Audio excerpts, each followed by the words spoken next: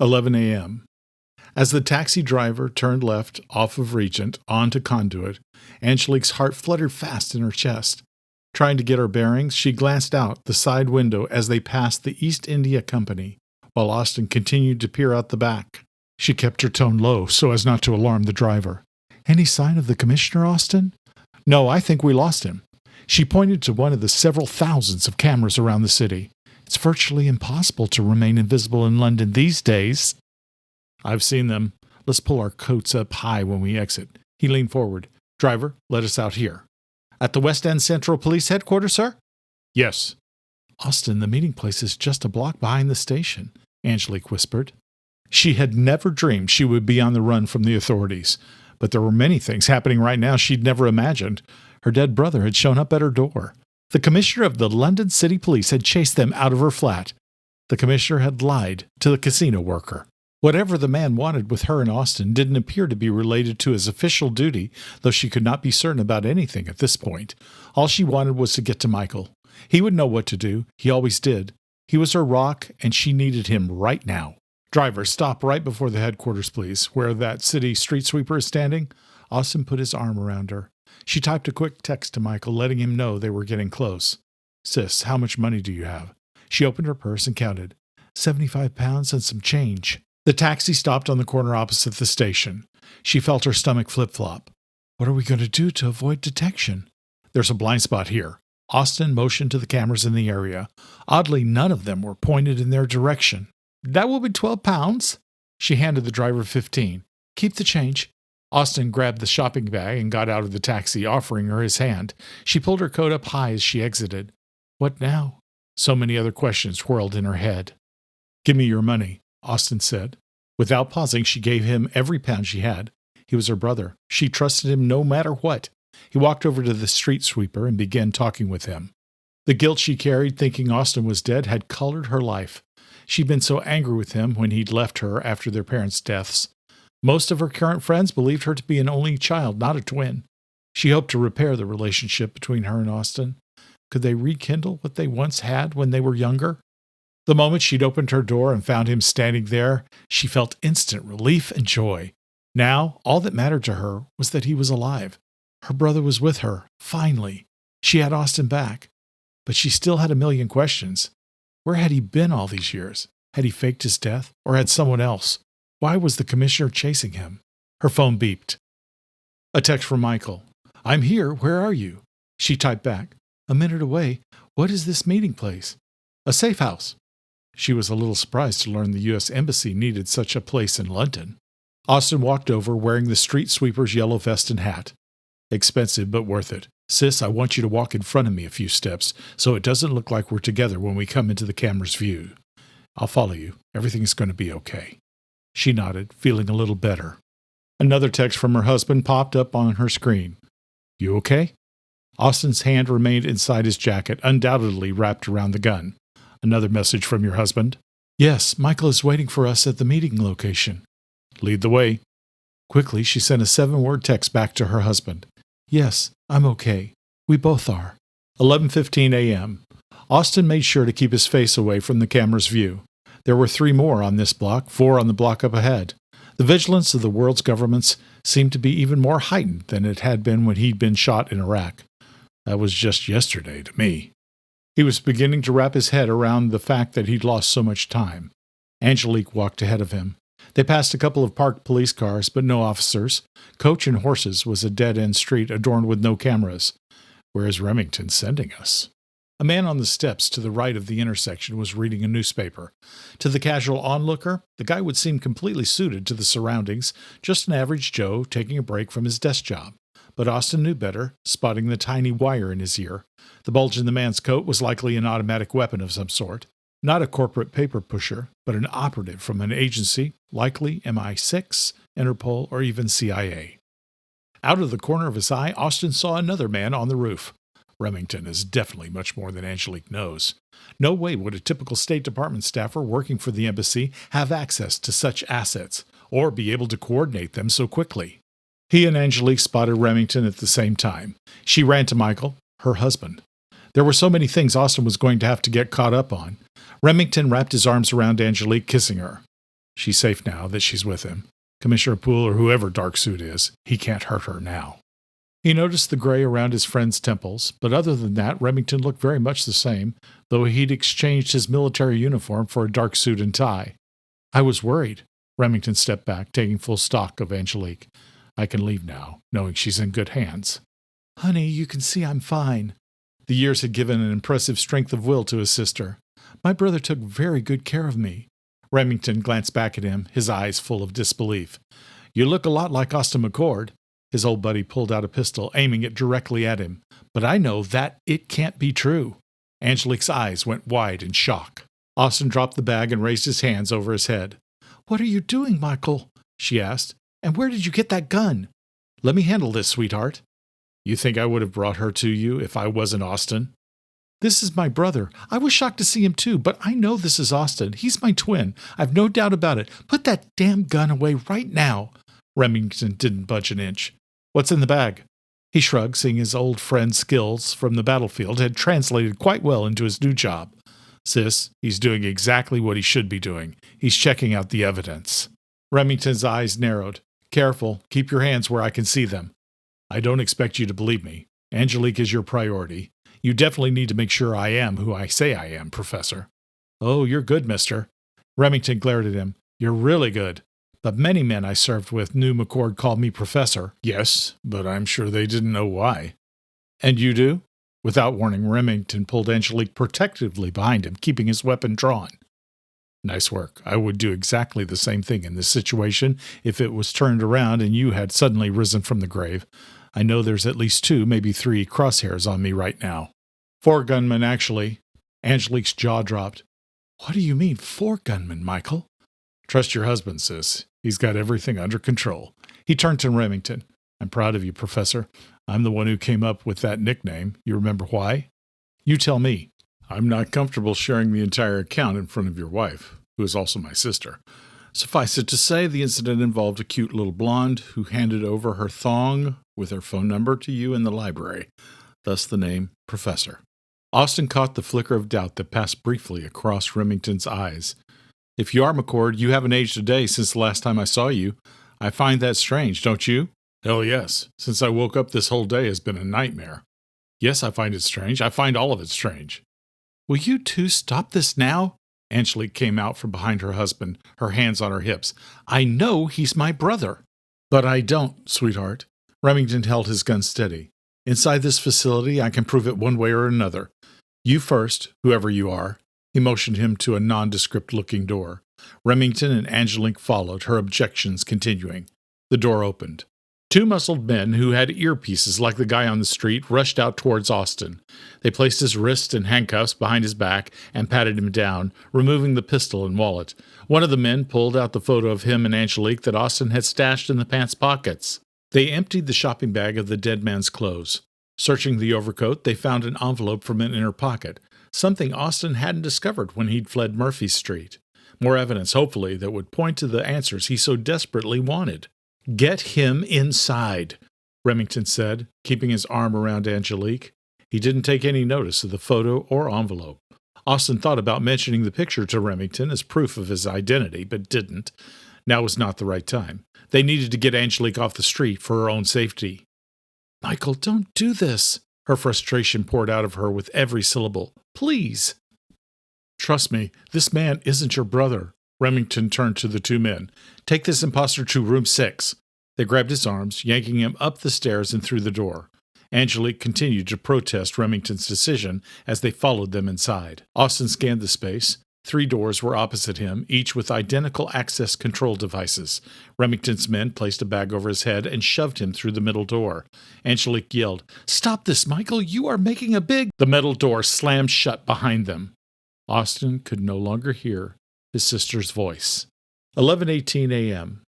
David Bathory drove through the gates of the estate that had been in his family's possession for many years.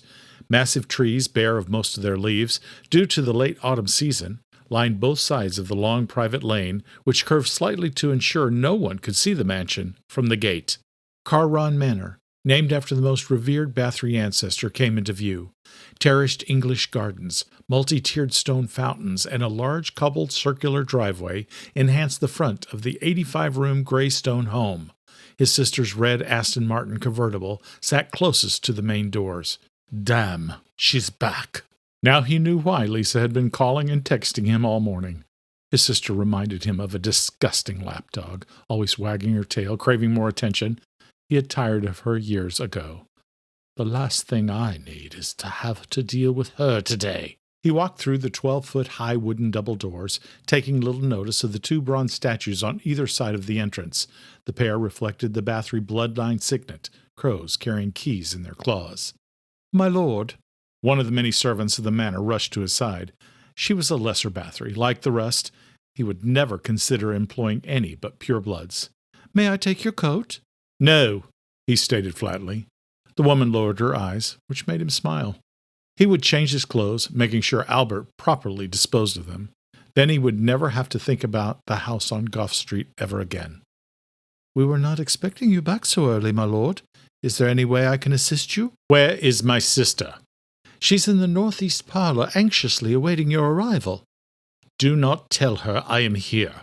Again the woman lowered her eyes. "As you wish. Shall I have one of the cooks prepare lunch for you?" "No." He headed up the stairs to his private quarters. He shut the door and stripped, tossing his clothes on the white marble floor. Normally, he would have placed them on the mattress of his four-poster bed, but that was not a good idea since they smelled of smoke. His bed did not conform to current taste. Its dark wood was intricately carved with an Elizabethan scene depicted on every surface, which pleased him. He wished he could climb into it and pull the sheets over his head. He was exhausted, but he didn't have that luxury. He lit a candle, hoping to cover the odor of the petrol and smoke. A quick shower would take away the rest of any remaining smell. Several raps on his door irritated him. "David, it's me, Lisa. I must talk to you. It's quite urgent." "How the hell did you know I was home?" "If that servant told her, the woman will pay dearly." "I saw you through the window when you arrived in your car. Please, you won't believe what I have to tell you." "It will have to wait. I'm about to shower, then I must go immediately to Scotland Yard." She opened the door. "Bloody hell, Lisa. What do you think you are doing?" He grabbed his robe, wishing he had taken the time to lock his door. "What is that ghastly smell, David?" Ignoring her question, he said, "Tell me what is so urgent that you have invaded my private spaces." She laughed. Bathory could detect a hint of bitterness in it. "I've been trying to ring you all day. Why aren't you taking my calls?" "I have no time for your gibberish. Say what you need to say and be gone." "I have the best news ever. You know I went to Romania to help prepare the bodies of those two poor women. You cannot imagine how awful they had been mutilated. Not only were their heads severed, but also an index finger from each of their delicate hands was missing. The entire court is in total shock at it all. So horrific." Missing index fingers? That had not been reported in the newspapers. More of Jack's doing. Damn him. "Get to the point, sister. What is so urgent that you are delaying me from my truly important business?" She smiled broadly. "Octavia Drake is coming to see us." His jaw tightened. "Listen carefully to me, Lisa. What do you mean? Did you talk to him while you were in Satu?" She nodded. "Octavian wants to see the Sanctuary of the Forgotten. His wish is to be taken to the Ripper's cell." "Damn! I don't need that bastard coming here." He had anticipated the possibility of a noble visit. With Jack slicing throats in London, it wasn't a surprise. He just hadn't expected it to be so soon, or by the most prominent Morvicti. "Lord Octavian is scheduled to land at 1:30, Lisa said, "and would like the tour to begin shortly after 2. "When did he tell you this?" "Last night. I worked through the wee hours to get things ready. The cooks are preparing quite a meal in his honor. I'm hoping he can return here after his inspection, but if not, we are set to have tables ready at the sanctuary." Her eyes were wide and sparkling with excitement. "Can you believe it, David? Has any High Lord ever visited us before? Do you know what this could mean for our bloodline?" "Look me in the eyes, sister. There are some things I need to make very clear to you. First, tell me who is the head of our bloodline." "You are, of course," she replied immediately. "Correct. I am. Second, because I hold the highest position, I am responsible for the obligations the Crown asks of us, not you. Do you understand?" I do, but I only— Third, there will be no meal. Unless it was laced with poison for the bastard. But he would never reveal his true feelings to his sister about Octavian Drake and the other royals. She was not orthodox. Did the king ask you to prepare a meal? She sighed. No. Of course he didn't. He wants a tour, and I will give him a tour. I would like to be there as well, brother. Absolutely not. I forbid it. Your head is in the clouds, Lisa. He stepped forward and cupped the bitch's chin. Dinners and parties, that is your life, as it should be. Leave the ruling of the Bathories to me. Let the cooks know the meal is cancelled. I have much to do. Now go. Her eyes narrowed in defiance. But, David— Go, or I will have Albert put you in chains this very day. Do you understand? She frowned. This isn't the Dark Ages. Things are changing for the better under Octavian Drake's leadership. I am still Lord of the Bathory bloodline, sister. It is still in my power to cut you off. How will you get along without your fancy shoes and purses? Why do you always have to bully me? Ah, petulant whining. That sounds more like her usual self.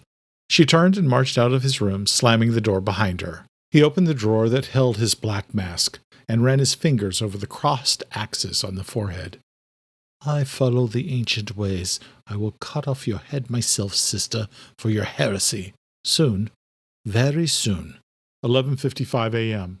Angelique looked at her husband straight in the eyes. Why are you treating my brother this way? Sweetheart, let's not talk about that here. Michael motioned to the man holding the machine gun. Then take me someplace where we can talk. Now. Frustrated, she crossed her arms, hoping he could tell she meant business. He nodded. This way. They walked through a door into a room that had sofas and chairs.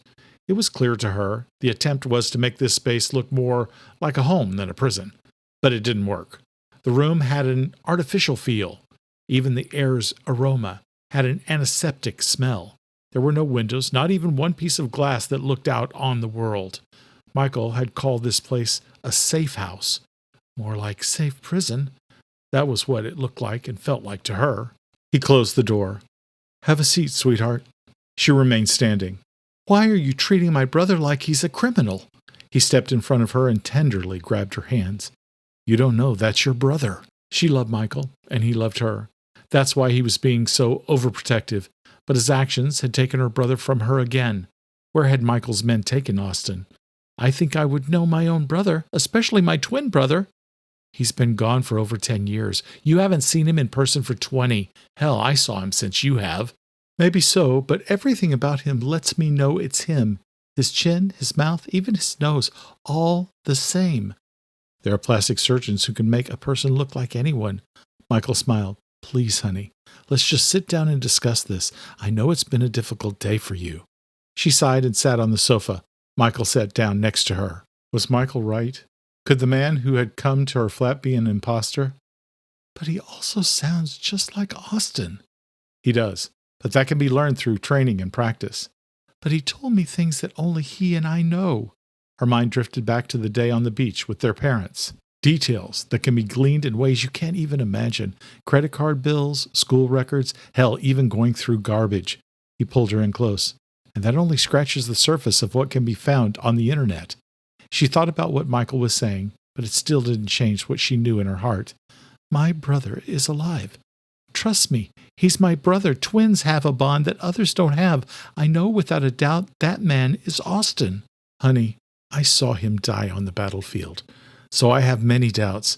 Until I'm absolutely certain he is who he says he is, that man stays put away from you. She pushed away from his embrace. Why are you being so stubborn about this? I only want to protect you, and I have a job to do. He reached for her, trying to put his arms around her again. She left the sofa and stepped back. What job is that, exactly, Michael? He looked away. There's a lot I need to tell you. I know there is. Who are those men? He stood. The answers to your questions will have to come later. Later? No, now. It's obvious that you're in charge here. And what is this place? Do you really work at the embassy, or is that a lie too? His eyes returned to hers. I promise I'll tell you everything. Everything? I had no idea how many secrets you were keeping from me. I swear that everything I did was to keep you safe, he vowed, walking to the door. She believed him. But you didn't trust me. And you certainly underestimated me. I'm a capable, self-reliant woman. I know how to take care of myself when things get tough. I think today proves that. Yes, you can, sweetheart. But the people I have to deal with are some of the most dangerous on the planet. He walked out the door, leaving her to her own thoughts. His real job, which obviously wasn't just with the U.S. Embassy, most likely had to do with government espionage in some capacity. Was he right about Austin? No. Instinctively, she knew. Her brother had somehow risen from the grave and come back to her. But would they survive those who were hunting him? Thanks for watching Morvicti Blood, Episode 8, Crossed Axes and Hidden Eyes. I hope you'll like and share and subscribe and hit the notification bell. New episodes are dropping every Monday and Friday. But if you want more now and haven't watched the full 8-part sequel, Morvicti Execution, it's already live. Start there to witness the betrayal that set everything in motion. Want to read ahead and uncover secrets not yet shown on screen? The full novel, Morvicti Blood, is available now on Amazon. You'll find the link in the description if you dare. I hope you'll leave a comment. What do you think? What creeped you out? Who do you think survives? I'm going to read every comment, and I'm going to try to answer every comment or question that you have.